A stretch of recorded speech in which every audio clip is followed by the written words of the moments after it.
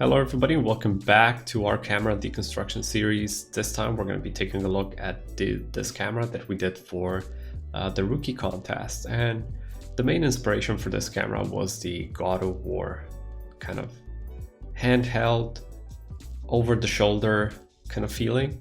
But in God of War, especially in gameplay, you are like almost at Kratos's height, just maybe a bit above him, but in cinematics you are usually a bit lower, so everything else feels larger than life. So what we're looking at here are the two versions that I did. So the first version, you can see I added some slow-mo in there that I thought was looking pretty cool. And so this first version is a one-shot, which was a bit difficult to even do. It's only one camera here trying to connect all of these different kind of scenes and set pieces that are happening. You know, there are a couple of different stages to this shot. So there's one stage where the destruction here would be happening. This would be the second stage, and then you have the third stage. He blocks the fourth stage with the slow motion thing, and then he gathers the energy, which brings us to the fourth and the final stage where he starts running. So you have different stages, and it's difficult to connect all of that in just one camera. I think we did an okay job with this, and you can see when the creature goes up, we pan up, we still have a very good visual of what's happening. You know, the guy is looking at the creature. We did a little that's a great arrow. We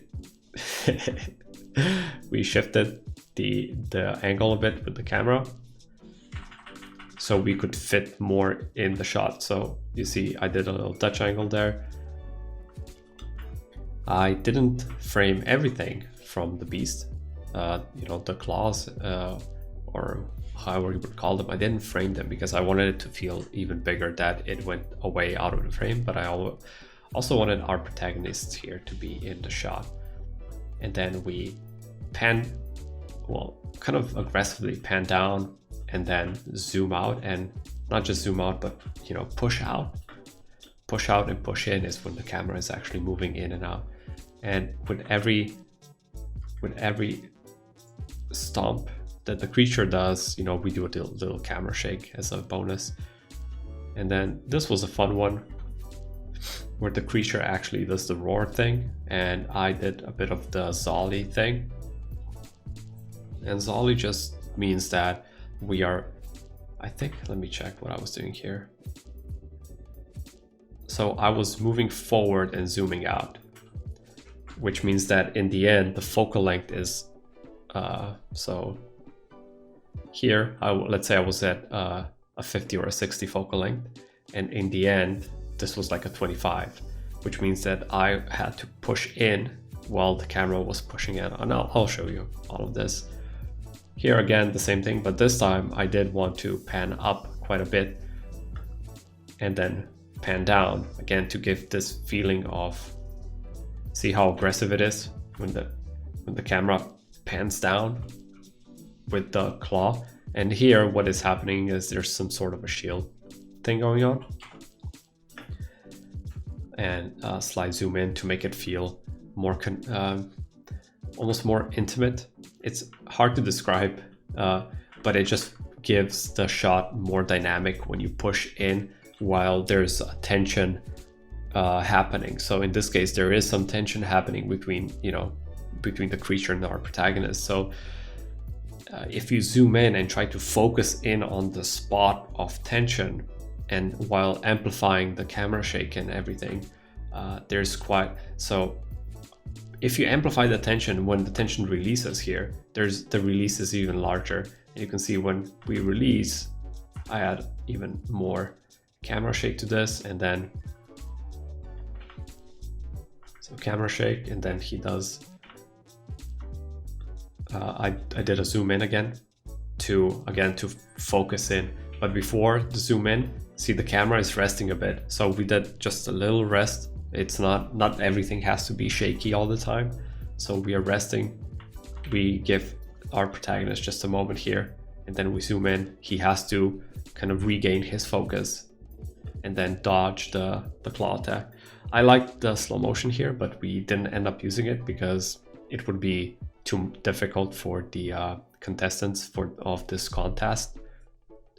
I mean, they could do it if they choose to. We just thought it would be an additional obstacle, I guess, because then the effects would have to be in slow motion. So we decided to put it out, even though it looks freaking cool. You can see I'm always looking at the key shots here. So see how dynamic this feels. These shots, like it almost feels like he's gonna freaking, you know, jump at him and attack him. Like everything feels dynamic, and I'm again tilting the frame here, and I'm doing so. See, like this feels dynamic. So this would be the one kind of key shot. This feels very dynamic again, and you can see in this case I'm tilting it that direction. This feels very dynamic. Like we have shapes happening here. See that? See the triangle? And this gives it a bullseye. I'm always looking at ways to frame things, and you know, you have the golden spiral happening here as well, which is, and you know, the rule of thirds, or yeah, that's not where it should be. It should be like here. And the rule of thirds and all of these compositional tricks are kind of at play here. And then you can see we are here in the center where everything is happening. It's just to help the viewer's eye, to guide the viewer's eye. See how dynamic this shot is. Like they're, again, like locking in eyes while this is happening. And we have this triangle here. And, you know, this, again, I can draw all of this, all the triangles. And also with the depth field and everything that helps to drive the shot.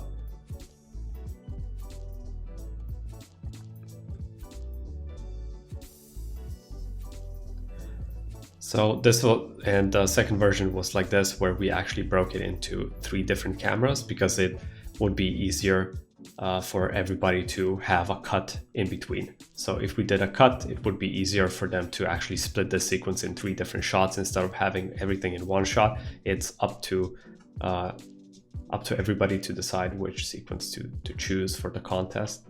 But we just did it this way to make it just a bit easier. And if we take a look at the God of War cameras, you can see like we are a bit below their waist, quite a lot actually. Like we're actually looking up even at Atreus here, and Kratos, like Kratos is way up. Makes the camera, as a rule of thumb, when you shoot even in live action or in CG, I would usually shoot below the waist. Like I would never be on the same. See here, if we were on the same height, we are not. Like we are here at Kratos' kind of waist with the camera, right? The camera is here. If we were more up, we wouldn't get as much of the floor, and there wouldn't be as much as the dynamic movement. No use hiding anymore. I know who you are. What's going on? Kind of repositioning. Let me just mute this, so you can see like repositioning. You see that? You see the little push in? That makes the tension build up. And when you do analysis like this, it's very cool to actually like just go quickly through the shot, and you can kind of spot what they were doing. So yeah, he's listening to what the stranger is saying, and the camera is always reacting. You can see the camera is pushing before him. Like here, the camera literally push in, and the camera also has an attitude of its own. And what they were doing in God of War is they did all the cameras in kind of in one take, so the camera never cuts, which was quite a challenge. Like I am very impressed by the cameras they did, and the cinematography of God of War is impeccable. And you can see how Kratos goes into frame here. Like you can discuss the camera, and you can see they're again like locking eyes and creating this kind of triangle of power here. we could go through all of these shots, but it's just going to take too much time to analyze this. What I'm trying to do is give you an idea of how I think when I'm analyzing this, so you guys can then take the same kind of mindset and do your own analysis. Again, here you can see we are at his waist and looking up at him again, and now the dynamic shifted. You see we went up with Kratos, so you see that we were looking up at him, and now we're looking down at him since Kratos is larger. So our perspective, the height of the camera changed. See, we're looking down at him now, as if Kratos is looking down on him because he's much smaller. And you know, we have some camera shake and movement. I think they did the VR. I mean, I know they did a lot of VR cam on this to make it feel even more realistic and like it was actually shot.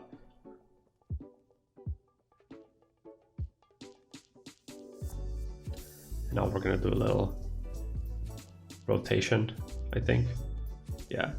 So things like this would indicate that the power is shifting, or that something has shifted from one side to the other, metaphorically, and in this case,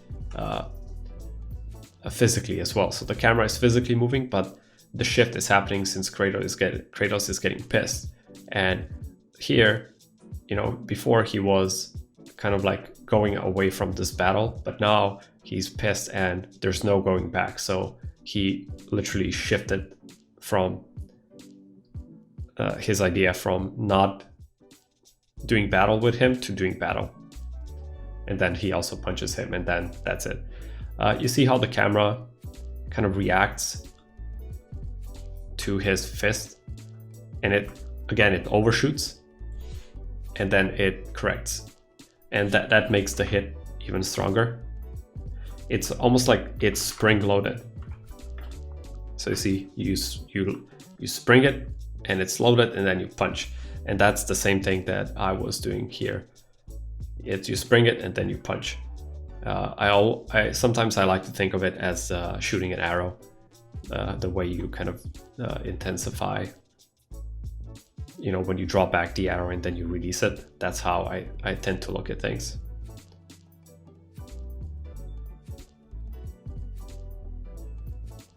And in this case, because they have characters and emotion, the cinematography is a bit different as well.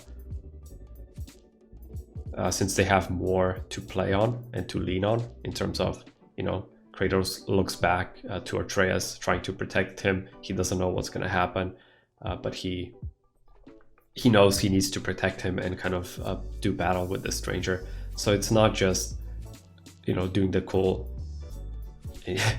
And like, I know this is very nitpicky, but you really have to look at things like that. You see the zoom out? See the zoom out? That makes it so much more impactful when they zoom out like this. And that's why when I was doing it, I was doing zoom outs like this and zoom ins. You see the zoom in, and now I zoomed out. And that just makes everything so much more dynamic. Those things are very important to think about. Zoom in, zoom out. Zoom out. Here, zoom in, and then do the Zolly. Do whatever you can to make it. Here, you know, we went from like a 45 lens to a 25 while this shot was happening. So I was changing focal lengths all the time, and that's what they were doing here as well. And things like this are very important. Like, I cannot stress how much these things are important. Those are the little things that make all the difference when you're doing camera work like this. This little zoom out. And then, yeah, Kratos flies over and the camera follows him. Again, the camera is not perfect. See, Kratos gets off the screen. See, there's nothing in a few frames, just because Kratos is pulling us. He's pulling us, and then we catch up with him, and then we do the whole flyby with him. Very cool. Bam.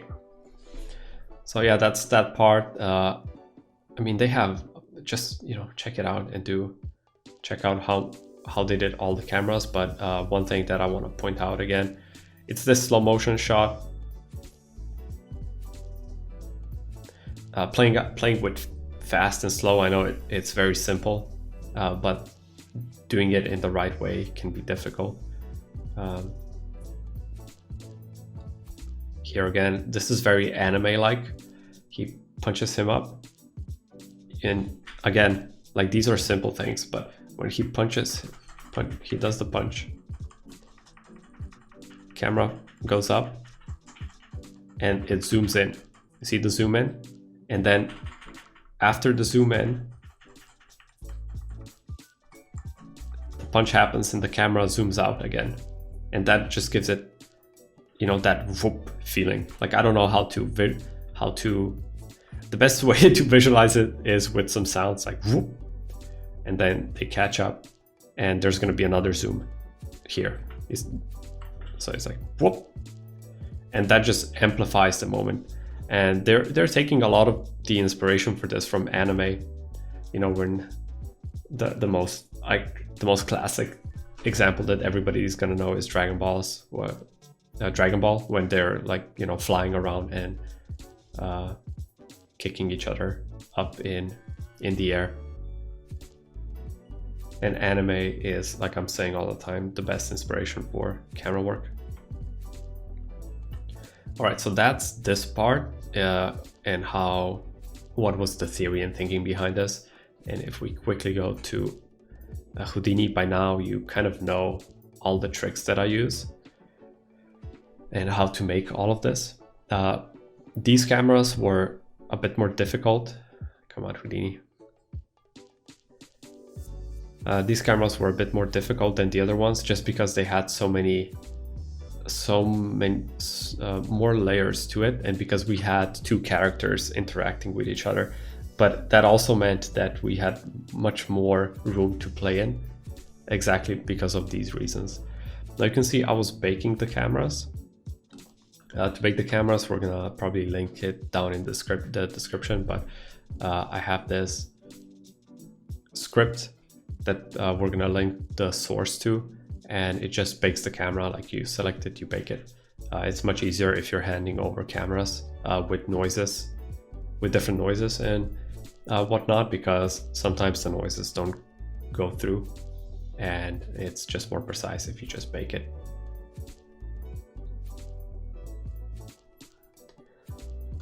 Okay, so we have our transform camera. So you can see there's a lot of keyframes here. I'm not going to be recreating these from scratch because I don't know. It probably would take me like an hour per shot to really finalize this. But you can see how many keyframes we had for rotation, and like just rotating this to the right and then back. To the left and then back to the right, like normalizing it. And then here, see, just giving it more dynamic perspective by tilting the cameras like that.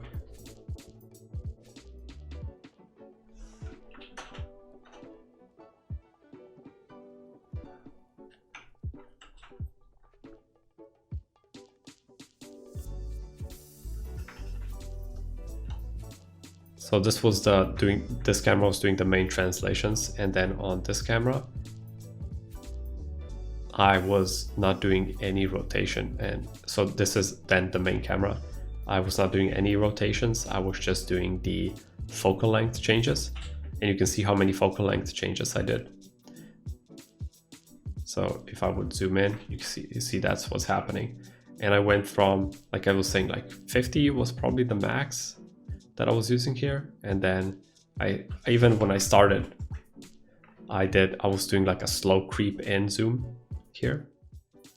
So this is just so you guys can see like how many layers come to play when you're doing camera work. And then you see this little final zoom out. Whoop. It's exactly what I was showing you guys in God of War. And when you analyze, your favorite shows, your favorite cinematography kind of go-to references, you really have to be as specific as this. And then while we are, so we do the little whoop moment clip here, whoop, and then we are zooming back in. Maybe we could even go more crazy with this. So it's like whoop, whoop, whoop, whoop, whoop, whoop, and then we, obviously I would have to reframe here. So let's say if we would be doing this fix, probably have to reframe to this, and then on the X go up a bit. So let's see it now. Yeah, that works. That works. We did a good job here. Very cool. So yeah, that would make it even more amplified and dynamic. It all gets to what is the purpose of this shot. So this was, and then I had to split the cameras, so I was just starting at a different moment and kind of introducing, going to the monster and doing a really intense rotation here to come to this move. There's not much that I can show you here, guys, other than what we already went through. So yeah, again, here is the focal length changes that I was doing. So quite a lot, like it's moving, it's pushing in and out all the time. It's very fluent. You see here, we start zoomed in and then we zoom out. So if I even amplify it, it's very dynamic, and we're doing rotation plus zooming out. So there's a lot of different elements that come to play. I had a noise, maybe this noise layer is.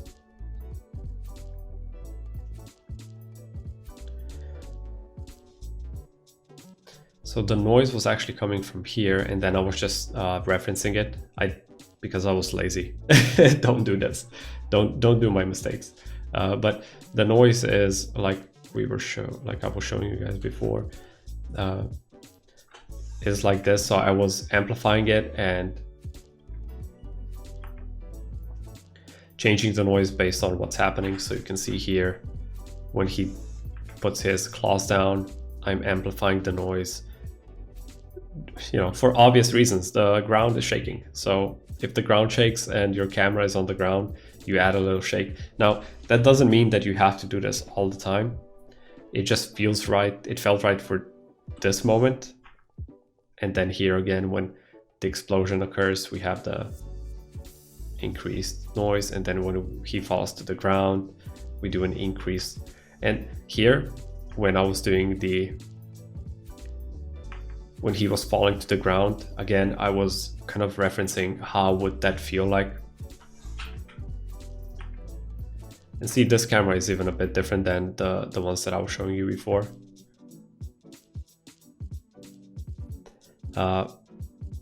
But if you, where was it? When Kratos falls to the ground, I was referencing like how that felt, and like they went very close to the ground with and added a lot of camera shake just to emphasize how much he's falling. And then see the camera pans, and I was kind of doing a very similar thing here. So the camera is with our protagonist here, and we were kind of not focusing on the creature, and then we showcase it again.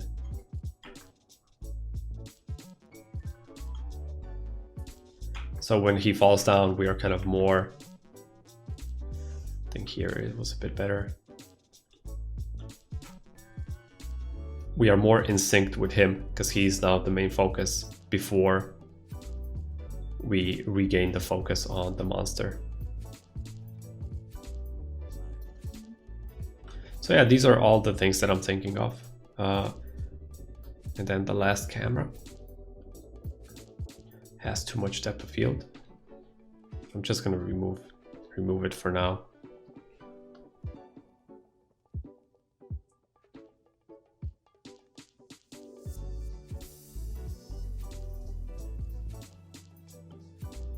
And yeah, and then you combine all of them and that's it. A cool feature here in Houdini was playing with the new volumetrics. I think it was looking very nice with the volumetrics, and you can see it here. Oops, if I go out of the camera. Like oh man, what am I doing? So you can see there's live volumetrics happening here, and you can kind of see the lights that I had. I had one top light for this scene, and then one backlight, and then one light just for the shadows coming from the mountains, like here. So you can see it here. And that gave me quite a cool cinematic feeling, even in the viewport preview. Obviously it becomes a lot slower, but you can see how cool just a viewport can look with all the Houdini features. And I'm not sure, I think they introduced this in 18.5. I think so, yeah. But yeah, you can get some really cool shadows. I think using the area.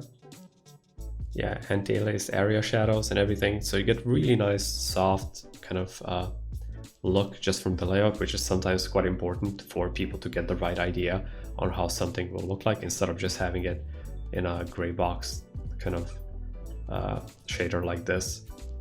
It's good for when you're animating, but when you're actually presenting something, I would definitely think about presentation even in the first kind of stages like this. All right, everybody, I think that's it. If you have any additional questions, and if you would like me to clarify on something and how I did anything that I didn't cover and you wished I would tell you on how something was done or how I would go about it, just leave us a comment or write to us, and we always look at suggestions and try to improve things with our teaching. So yeah, I hope you enjoyed this camera series deconstruction, and when we will do more cinematics in the future, we're gonna do more deconstructions like this because I think they're fun. I think they're fun. All right, everybody, so that's it for this video. I hope you enjoyed it, and I hope we're gonna see each other soon again. Bye.